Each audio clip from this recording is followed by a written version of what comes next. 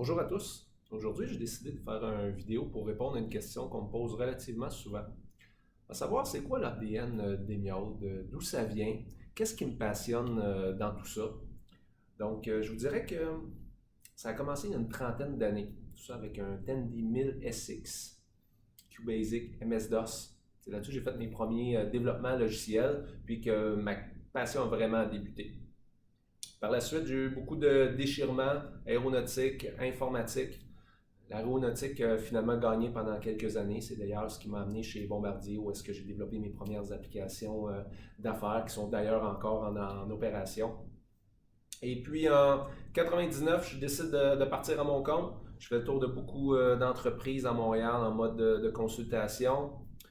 En 7 ans, j'arrive avec un constat qui était celui similaire chez Bombardier.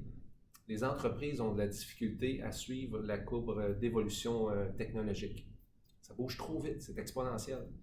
Donc, en 2006, je décide d'arriver mon background en aéronautique avec celui d'informatique pour arriver avec un principe simple. On va livrer du logiciel de la même façon qu'on fabrique des avions. Et oui. Maintenant, ça fait plus que 10 ans maintenant qu'on applique ce principe-là avec beaucoup de succès. Donc, au courant des prochaines publications, on va vous partager notre expérience, nos recettes aussi, comment on peut utiliser ce principe-là pour propulser la croissance des entreprises. Moi et mon équipe, on va vous partager le tout sous 3 angles. Tout ça pour simplifier l'évolution de vos applications d'affaires.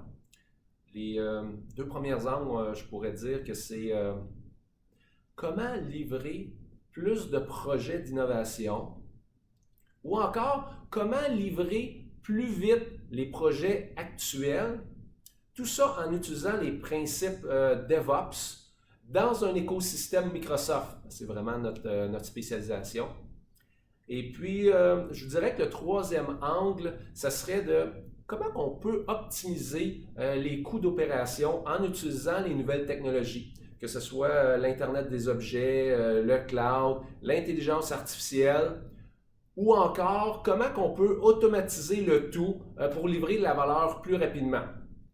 On va adresser avec mes collègues le tout sous 2 perspectives différentes, autant avec une approche très stratégique côté business, et puis dans d'autres publications, ça va être un aspect plus tactique, plus technique, où est-ce qu'on va rentrer dans les how-to, puis vraiment vous donner notre recette en profondeur là-dessus. Donc, je vous invite à nous suivre, et puis je vous dis à la prochaine!